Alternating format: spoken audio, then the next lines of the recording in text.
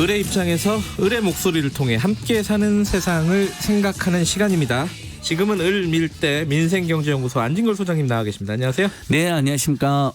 을밀대 이걸 진행하신 지 2년이 되셨어요? 네, 그죠? 예.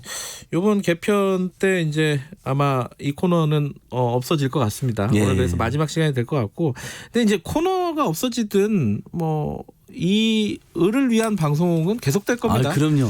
안진걸 소장님의 정신을 이어받아 우리가 계속 해나갈 겁니다. 저는 코너가 없어지는 것을 더 네? 긍정적인 신호로 봅니다. 왜요? 보통 이제 다른 코너에서는 안 다루고 이 코너에서만 을들의 이야기를 다루다가 예.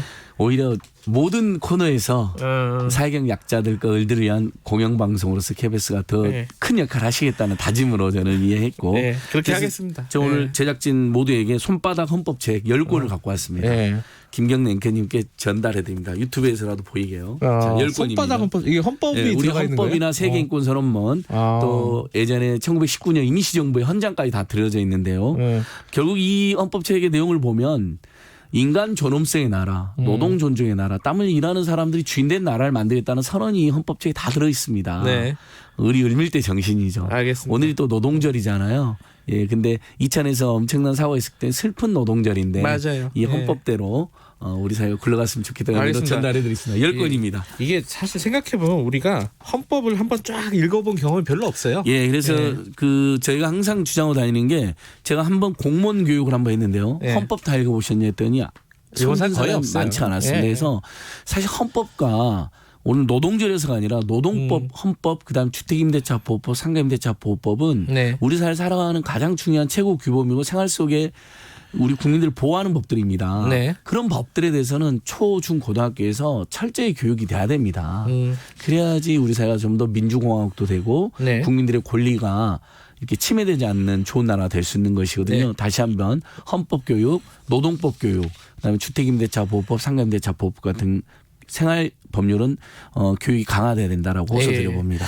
오늘 마지막으로 들고 오신 이야기가 그 제주도의 간호사 네 분이 그 10년 전에 낸 소송을 승소한 게 있어요. 이게 이제 산재와 관련된 거죠. 내용 좀 잠깐 소개해 주세요. 간단하게. 그러니까 굉장히 이제 오늘 노동절 기념 주제이기도 한데 우리 사회가 아주 슬픈 일도 많지만 또 진전이 되고 있는 겁니다. 간호사들이었는데요. 당시에 서울대라든지 산업안전보건연구원에서 이분들의 작업을 분석한 걸 보면 FDA에서 X등급 받는 17종, D등급 받는 37종, 그러니까 위험한 약품들을 분쇄하는 일을 시킨 겁니다. 이분들에게. 빻는 거죠. 그죠? 근데 프로스카, 카메자핀, 사실 전문가 아니면 어려운 약품들인데 어쨌든 위험한 약품이다. 계속 이분들이 빻고 그 작업을 오랫동안 했기 때문에 호흡기라든지 다 신체에 이게 흡입이 되거나 삽입이 된 거죠. 접촉이 된 거고. 그래서 아이들을 유산했는데 그분들이 이제 임신을 했는데 아기를 유산했어요. 유산이 15명 중에 5명 유산하고 4명이 선천성 심장 질환을 출산하면서 불거진 겁니다. 그러니까 일부는 유산하고 일부는 애를 낳는데 질환이 있었다. 심장 질환이 있고 제가 기사를 계속 찾아보고 알아보니까 지금도 치료받는 아이들이 있습니다. 10년 되고 초등학생 됐는데도요. 유산율은 평균 대비 2배였고 심장 질환은 출산율은 12.7배, 14.6배에 달했습니다. 근데 문제는 당연히 누가 보기에도 산재잖아요. 그렇죠. 근데 산재는 일한 사람하고 아픈 사람이 일치해야 되는 것으로 법에 되어 있습니다. 근데 그러나 임산부는 아이가 뱃속에 있으니까 일치된 상태잖아요.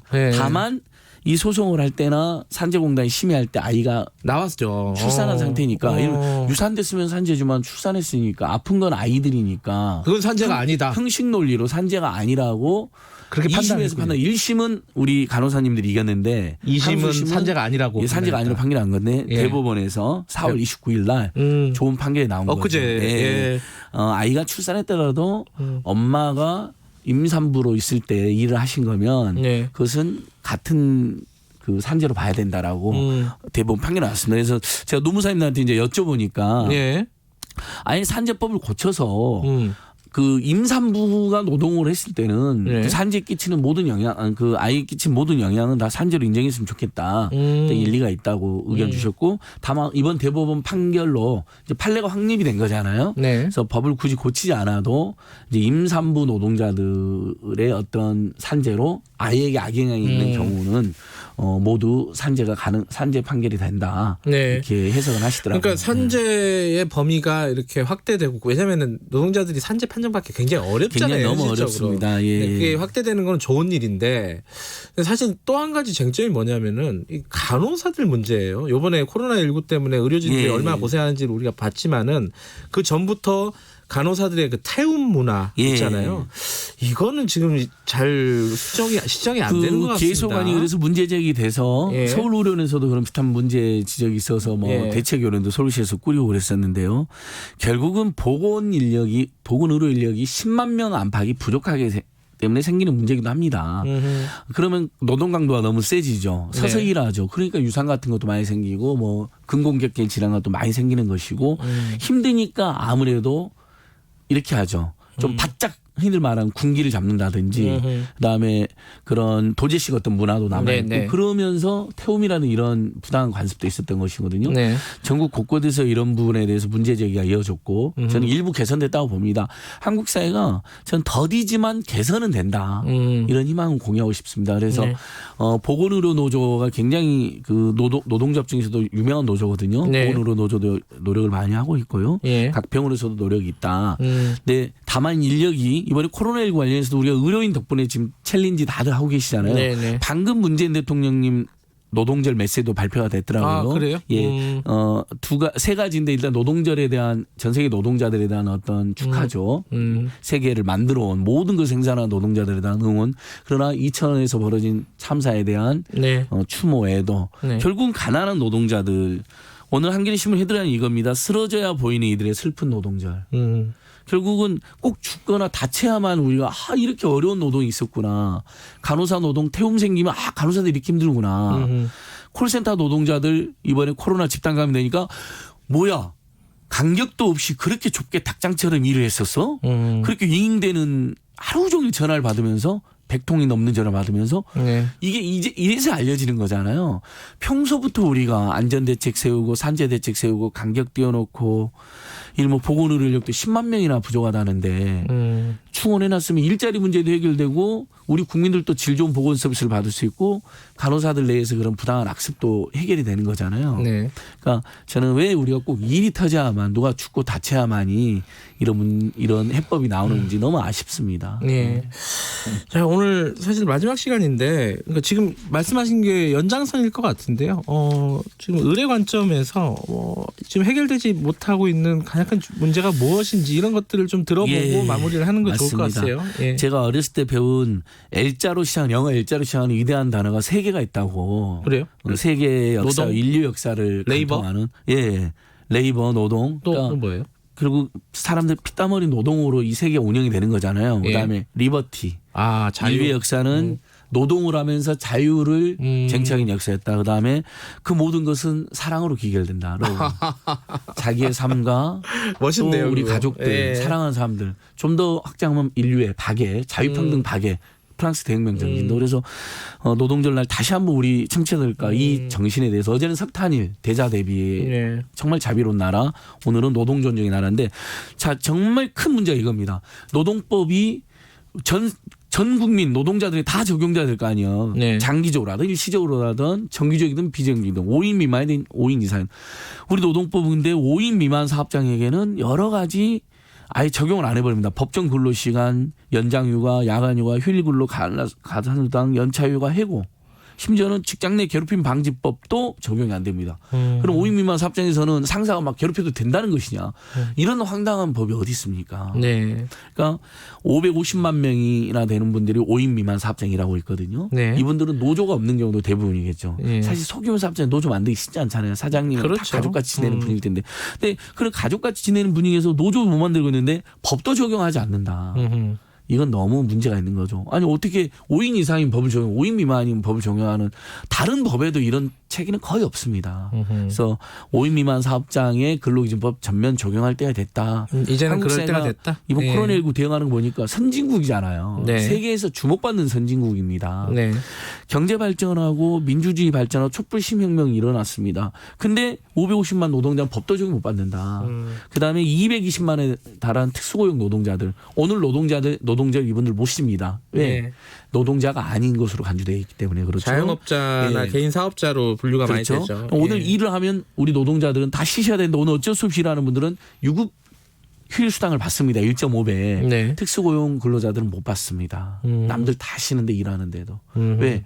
그 노동절에 관한 법률에 보면 근로기준법상 노동자들에게 적용하는 걸로 되어 있습니다. 근데 요새 이제 예. 한참 많이 늘어나고 있는 플랫폼 노동자 있잖아요. 뭐 이제 무슨 배달 같은 거 맞습니다. 하시는 분들. 이 사람들이 많이 늘어나고 있는데 이분들도 비슷하잖아요. 처지가. 그분들도 대부분 특수고용 노동자로 몰렸죠. 그래서 네. 플랫폼 노동자 어려우시니까 제가 아주 쉽게 우리 청취자들 디지털 특수고용 노동자를 하시면 됩니다. 디지털 특고. 온라인상의 특수고용 노동자들이다. 온라인에 주문받아서 일은 오프라인에서 하는데 이분들 대부분 신분이 노동자가 아니기 때문에 4대 보험도 적용 안 되는 경우가 많고 네. 그래서 배달 노동자들 지금 산재사가 얼마나 많습니까? 근데 산재 가입률이 20%도 안 됩니다. 고용보험 가입률도 20%도 안 됩니다. 네. 그러니까 방금 전에 노동부 차관님도 오셨는데 저는 정말 마지막으로 호소드리는 게 노동자들이 다시 한번 우리 국민들이 일하다가 죽는 일은 없어야 된다. 네. 어떤 언론이 좋은 의미로 캠페인을 해요. 산재 사망 사고를 절반으로 줄이자 캠페인 하더라고요. 좋은 취지라는 건 저는 이해했는데 그렇죠, 그 광고를 예. 볼 때마다 고객과 볼 때 너무 슬픈 거예요. 아 그럼 나머지 절반은 죽어도 된다는 것이냐. 산재 사망 사고 0으로라는 목표를 세워야죠. 어떻게 1년에 2,000명이 아침에 사랑을 가져가고 헤어져서 잘 갔다 올게요. 저녁에 같이 밥 먹고 했다가 저녁에 못 돌아오십니다. 네. 1년에 2,000명이요. 사고까지 하면 더 되시잖아요. 사망사고 네. 2,000명 안팎인데 이거 역시 산재를 예방할 수 있는 강력한 법체계라든지 산재를 저지르면 그 기업까지 처벌하는 중대재해기업처벌법 이런 법들이 통과가 안 돼 있는 거거든요. 20대 국회 지금 한 달 남았습니다. 남은 한 달 동안 최대한 계류 중인 법들 처리해 주시고 21대 국회의원들도 지금 당선자 시절에 이런 공부도 엄청 해야 됩니다. 뭐 어떤 법을 통과시킬 거냐. 일하는 국민들이 죽지 않고 일할 수 있는 법. 그다음에 노동법이 모두 적용되게 하는 방안. 그다음에 특수고용 노동자들 플랫폼 노동자들도 4대 보험 적용되고 네. 그다음에 노동법은 적용되게 하는 방안. 근로자의 날은 다시는 어떤 법과 제도와 문화 네. 이렇게 해야 되지 않겠습니까? 저는 요번에 보면서요. 이 법 제도 뭐 이런 것도 중요한데 제일 좀 눈에 띄는 게 예전에 구의역 사고 때도 네. 그 숨진 청년이 이제 컵라면 들고 다니면서 먹었잖아요. 예. 이번에도 막 이렇게 점심에 컵라면으로 때우고 이랬던 분이 있더라고요. 소화하신 분 중에. 그러니까 예. 밥은 좀 제대로 먹게끔 이게 뭔가 좀 뭐 기준을 좀 마련해야 되는 거 아닌가. 일도 힘든데 어떻게 컵라면을 먹고 그 육체 노동을 그 힘든 육체 노동을 합니까? 그죠? 그러니까 결국 8시간 노동하고 네. 1시간은 점심을 보장하게 돼 있잖아요. 그렇죠, 법에도. 그렇죠. 근데 그게 노동 강도가 세고 사람 안 뽑으면 당연히 한 사람이 2명 분야 한 1.5인분이 일을 하니까 네네. 점심 쪼개서까지 일을 해야 되는 것이죠. 네. 그 구의역 김군께서도 예. 컵라면이 들어있을 뿐만 아니라 다음 작업장으로 바로 가야 되는 거예요. 그러니까 빨리 끝내야 되잖아요. 예. 근데 2인 1조 작업이었는데 한 명만 투입하니까 기차가 미쳐 들어오는 것을 네. 발견하지 못할 정도로 작업에 몰두했던 것이거든요. 네. 그러니까 결국 충분한 인력 보강. 네. 그러면 결국은 우리 국민들이 지금 일자리 부족, 코로나19 다음에 지금 일자리 부족도 큰 문제로 지금 아까 앵커씨 지적했는데 만약에 안전한 노동과 그를 위해서 충분한 노동 보장과 점심시간만큼은 1시간이 뭡니까? 솔직히 1시간 반 정도는 보장돼야 되면 제가 꿈꾸는 어떤 노동의 세계에서는요. 저는 점심시간 2시간을 줘야 된다고 생각합니다. 1시간 30분은 식사하시고 30분은 산책한 다음에 나머지 1시간은 좀 약간 주무신다거나 책을 본다거나 이렇게 해가지고 충분히 맞아요. 휴식을 쉰 다음에 나머지 4시간 동안 또 노동을 하고 근데 물론 자기가 직장에 있는 시간이 1시간 늘어날 수가 있기 때문에 7시간 노동제로 안 한다면 뭐 1시간만 쉬고 6시까지 일하거나 네. 2시간 쉬고 7시까지 일한다는 본인이 선택하게 해준다거나 이럴 수도 있는 거죠. 그러니까 점심 때 충분히 쉬면 오후에 작업률이 훨씬 높잖아요. 저도 일을 해보면. 네. 네, 어쨌든 그렇게 되면은 어떤 이윤이 좀 준다거나 상품 가격이 좀 오른다거나 이런 게 있을 겁니다. 분명히. 근데 그 부분은 감수를 해야 되는 것 같아요. 그리고 감수할 만한 예. 우리는 여력이 있을 것 같아요. 우리가 더 이상 아까 말씀하신 선진국이잖아요. 이제. 우리 국민들 대통령께서 많이 바뀌신 게요. 예전에 배달 노동자한테 30분 이내에 와라고 요구했잖아요. 요즘은 예. 그런 요구도 안 하십니다. 그 배달앱 쓰면 실제로 50분에서 1시간 걸리거든요. 예. 다 배달앱 쓰시고 기다리시는 거예요. 미리 배달앱하고 천천히 와라. 빨리 오지 말고 안전하게 와라. 택배 노동자들 코로나19 국면에서 가장 일 많이 늘어났는데 입구에다 마스크도 걸어놓으시고 음료수도 하나 걸어놓는 거예요. 예. 왜냐하면 대면에서 전달하고 할 시간도 안 되시니까. 예. 그렇게 우리 국민들이 이제 노동을 존중하고 상대방을 배려하는 문화로 더 확산되고 있거든요. 근데 법과 제도와 정책과 예산이 이제 못 따라오고 있는 겁니다. 예. 오늘 마지막 시간인데 역시 또 안진걸 소장님 다운 말씀을 쭉 들어봤습니다. 예. 노동절, 예. 노동 존중, 노동 해방, 인간의 존엄성, 인간 해방에 대해서 다시 한번 생각해보게 되었습니다. 제가 이 메모리에 갖고 왔습니다. 이 말만큼 잊지 않으려고. 예. 2년 동안 고생하셨고요. 예. 이 관련된 아이템들은 계속 할 거니까 예. 저희들이 수시로 모시도록 하겠습니다. 오늘 고맙습니다. 예, 그동안 참 고맙습니다. 고맙습니다. 네, 민생경제연구소 안진걸 소장님이었습니다. 김경래 최강시사 듣고 계신 지금 시각은 8시 46분입니다. 이 시각 교통정보입니다. 현재 서해안